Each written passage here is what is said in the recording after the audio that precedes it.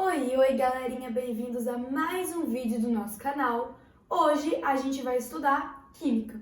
Então, se você quer saber um pouquinho mais sobre essa área da ciência, fique comigo nesse vídeo. Mas antes, já deixa o seu like aí embaixo, se inscreve se você ainda não é inscrito e bora! A Química é a área da ciência que estuda a matéria, suas propriedades, sua composição, sua estrutura. Além disso, também estuda as transformações pela qual a matéria passa e a energia envolvida nessas transformações. Como assim transformações, Sofia? Vamos imaginar um cubo de gelo. Quando ele é exposto a uma temperatura mais elevada, o que vai acontecer com ele? Ele vai derreter. Esse processo de derretimento do gelo é uma transformação. Pessoal, a química também se conecta com diversos outros campos da ciência. Por isso, muitas vezes a química é chamada de ciência central. Eu trouxe aqui alguns exemplos das muitas áreas que se beneficiam do estudo da química. Na nanociência, a química é utilizada para produzir combustíveis e microchips, por exemplo. Na geologia, a química é utilizada para análise do solo e para compreender melhor o planeta. Na medicina, a química é utilizada para síntese de medicamentos e também para a fabricação de cosméticos. E na agronomia, a química está presente na produção de alimentos. Pessoal, assim como a química pode ser aplicada para outras ciências, ela também pode ser dividida em várias sub-áreas para poder facilitar as pesquisas e o estudo dessa ciência. Agora, a gente vai estudar essas sub-áreas, também chamadas de áreas de estudo da química. Bom, vamos começar falando da química inorgânica.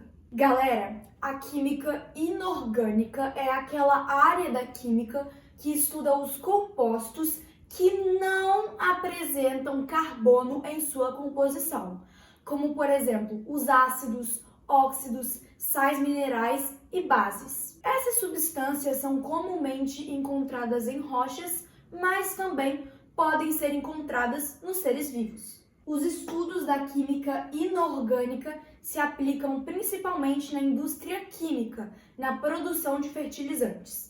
A química analítica analisa a composição de materiais pela aplicação de técnicas e métodos de análise. As práticas dessa área são bem amplas e abrangem desde o controle de qualidade de produtos até a verificação ambiental.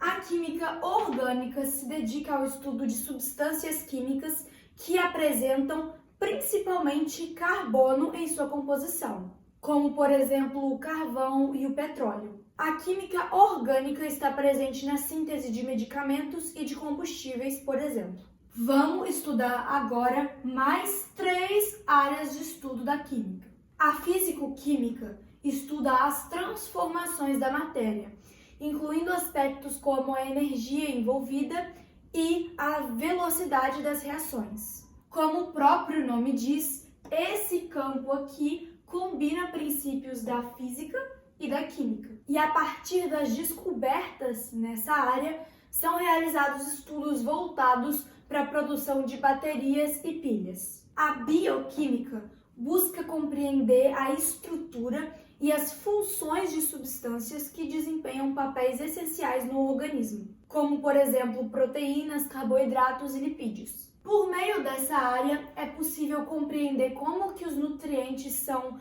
absorvidos, metabolizados e utilizados pelo organismo. A bioquímica está ligada à biologia, claro, o próprio nome diz aqui, bio, e também é essencial para a medicina. A química teórica é aquela área da química que utiliza de programas e simuladores para estudar a estrutura e as propriedades de substâncias químicas. O uso de computadores na química teórica permite uma compreensão mais profunda de moléculas e materiais. Pessoal, nós vimos então 6 áreas de estudo da química. A química inorgânica, química analítica, química orgânica, físico-química, bioquímica e química teórica. Porém, existem várias outras áreas de estudo da química diferentes. Eu citei aqui apenas as principais. Galera, vamos agora falar das aplicações da química no dia a dia. Na saúde e medicina, por exemplo, vários avanços foram possíveis por causa da química. As medidas de saúde pública melhoraram, a introdução da cirurgia com anestesia também foi possível e vacinas e antibióticos também foram desenvolvidos graças à química. Já a energia pode ser obtida por meio de diversos processos químicos. E como eu já disse anteriormente, a química também está presente na verificação ambiental, por exemplo. E a química também é utilizada para compreender o funcionamento do planeta e contribuir na sua preservação. A química também é essencial para a fabricação de materiais como a borracha, a cerâmica, entre outros. E a química também vem sendo utilizada em estudos que focam na obtenção de supercondutores. Para quem não sabe, supercondutores são aqueles materiais que não oferecem resistência à passagem de corrente elétrica. Atualmente, a eletricidade que chega nas residências, por exemplo, é conduzida por cabos de cobre, que não são supercondutores. E, consequentemente, 20% dessa energia elétrica acaba se transformando em calor. Pessoal, vamos falar agora do método científico aplicado à química. Bem, sempre que há uma situação a ser analisada, o químico utiliza o método científico. Tá bom, Sofia, mas o que é isso? Galera, o método científico é uma metodologia que tem várias etapas diferentes. A primeira delas é a observação. Quando você encontra um problema, a primeira coisa que você vai fazer é observar aquilo, certo? A segunda etapa é a pergunta. Você se pergunta o que está acontecendo. Por exemplo, nossa, o que será que pode estar causando esse problema? A terceira etapa é a hipótese. Essa é a etapa em que você formula uma hipótese sobre aquele problema. Por exemplo, nossa, eu acho que a minha lâmpada não está acendendo porque ela queimou. É uma hipótese. A quarta etapa é a experimentação. E é nessa etapa que você vai investigar melhor a sua hipótese. A quinta etapa é a análise. E é nessa etapa que você vai analisar os resultados do seu experimento. E a sexta e última etapa é a conclusão, na qual você vai chegar a uma conclusão sobre a sua hipótese. Ou você vai refutá-la, ou você vai considerar que ela é verdadeira, que ela estava certa. Pessoal, agora vamos estudar sobre as leis e as teorias. Pessoal, a lei científica é quando um comportamento não é específico de uma coisa só. Uma lei é considerada verdadeira desde que um conjunto de observações seja generalizado de forma coerente. Uma lei não explica as observações feitas, apenas generaliza. Já a teoria explica um fenômeno natural. Ela é um conjunto de hipóteses testadas e provenientes de várias observações. Vamos estudar agora os conceitos fundamentais da química. Pessoal, matéria você já deve saber o que é. É tudo aquilo que tem massa e ocupa espaço no ambiente. E, gente, tudo à nossa volta é matéria. O meu pincel é matéria, o quadro é matéria, o apagador é matéria, o meu celular que eu tô usando para gravar é matéria, o ar é matéria, tudo é matéria. Já o corpo é uma porção limitada da matéria. Por exemplo, uma tábua de madeira. Você concorda comigo que uma tábua de madeira corresponde apenas a uma porção específica da minha matéria? E quando os corpos adquirem uma forma definida para atender a uma função específica, passa a se chamar objeto. Por exemplo, uma cadeira de madeira é um objeto. Tem uma forma específica e tem uma função específica. Vamos falar agora da massa, pessoal. Galera, massa é a quantidade de matéria que um corpo possui. No SI, que é o Sistema Internacional de Unidades, foi definida como unidade de medida para calcular a massa, o quilograma. Porém, outras unidades de medida também podem ser utilizadas para calcular a massa. Além do quilograma, outras unidades de medida, como a tonelada, a grama e o miligrama, também são muito utilizados. E você sabia que dá para converter uma unidade de medida para outra? Isso você deve saber, né? Mas você sabe como fazer isso? Não? Então vem comigo. Pessoal, vamos supor que eu queira converter um valor que está em tonelada para quilograma. Eu vou multiplicar por 1000, ok? Tá bom, Sofia, mas e se eu quiser converter um valor que está em quilograma para grama? Também vou multiplicar por 1000. E se eu quiser converter um valor que está em grama para miligrama? Também vou multiplicar por 1000. Sofia, e se eu quiser converter um valor que está em tonelada para grama? Você multiplica por 1000, você vai achar o valor em quilograma e depois multiplica por 1000 novamente. Aí você achará o valor em grama. Tá bom, mas e se eu quiser transformar um valor de miligrama para grama? Você vem e divide por 1000.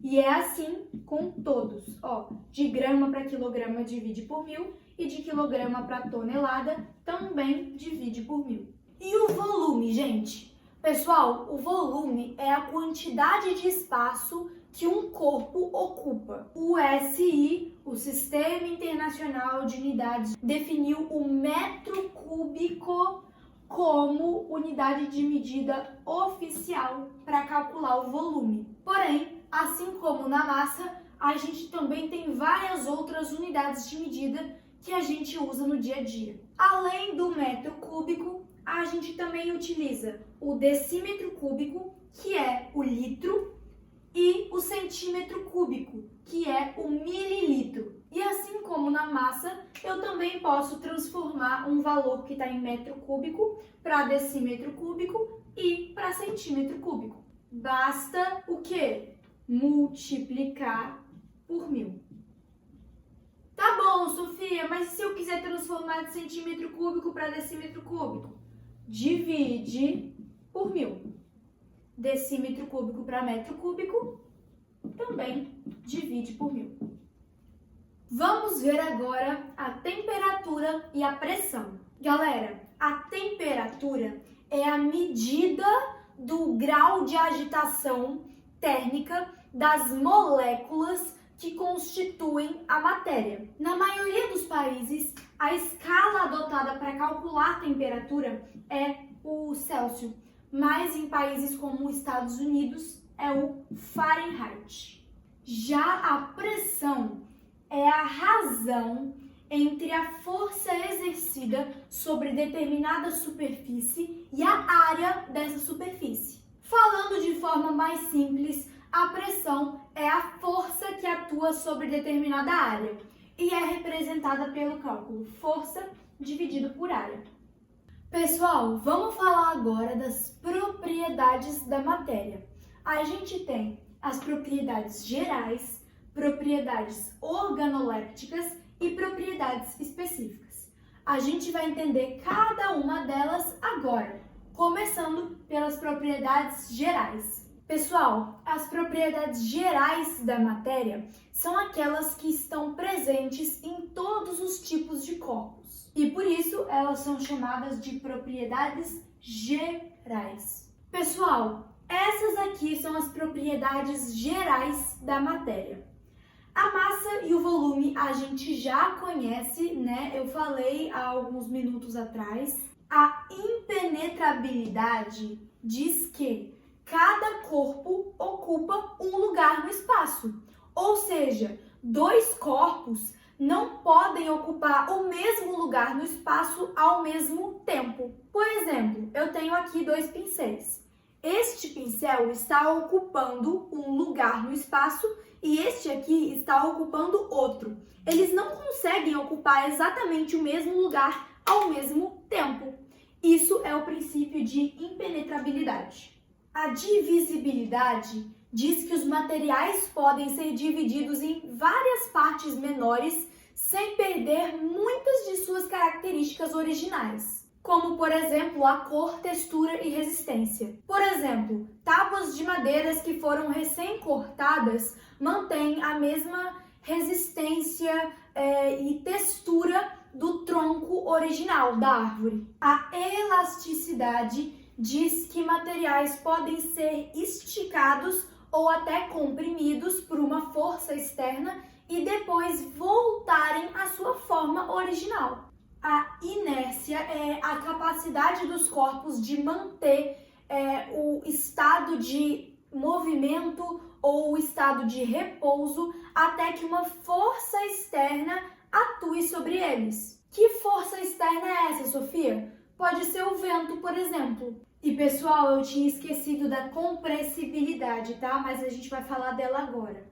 A compressibilidade é a capacidade que a matéria tem de reduzir o seu volume diante da aplicação de uma força externa. Já as propriedades organolépticas são aquelas características de uma substância que podem ser percebidas pelos sentidos humanos. Audição, paladar, olfato, tudo isso. Assim, gente, é bem simples. Eu acho que é o conteúdo mais simples que eu já falei até agora. E vamos terminar o vídeo falando das propriedades específicas da matéria. Galera, o próprio nome diz específicas. As propriedades específicas são aquelas que têm características particulares. A gente consegue diferenciar porque cada uma tem uma característica diferente. Bem, o ponto de ebulição é a passagem da matéria do estado líquido para o estado gasoso. Tipo quando você ferve a água, sabe? O ponto de fusão é a temperatura em que o material vai do estado sólido para o líquido. Esses dois aqui são bem tranquilos, né? Já a dureza é a capacidade da matéria de resistir ao atrito. Ou seja, dureza é a resistência que um material opõe ao ser riscado por outro. A maleabilidade é a capacidade de um material de ser transformado em lâminas. E a gente tem como exemplo o zinco e o ferro. A ductibilidade é a capacidade de um material de ser transformado em fios. E a gente tem como exemplo o cobre e o alumínio. Já o estudo da densidade dos corpos pode ser realizado por meio do cálculo da massa e do volume de um corpo. E a fórmula para o cálculo da densidade é massa sobre volume. Vamos fazer um exemplo? Gente, imagina se você quer calcular a densidade de um material que tem um volume de 20 centímetros cúbicos e a massa de 210 gramas. Você sabe que a fórmula para calcular a densidade é massa sobre volume. Então, o que você vai fazer? Você vai fazer 210 dividido por 20, certo? Aí corta o zero aqui, vai dar 10,5. Pessoal, a densidade também está diretamente relacionada com a flutuabilidade. Um corpo que tiver a densidade maior que a da água vai afundar. E um corpo que tiver uma densidade menor que a da água vai flutuar. Sofia, então você está querendo dizer que o óleo de cozinha, por exemplo, flutua na água porque ele é menos denso que a água? Sim, exatamente. E esse foi o vídeo, galerinha. Espero que vocês tenham gostado. Se você gostou, deixa seu like aí embaixo, comenta o que você achou, se inscreve se você ainda não é inscrito e a gente se vê na próxima. Beijo!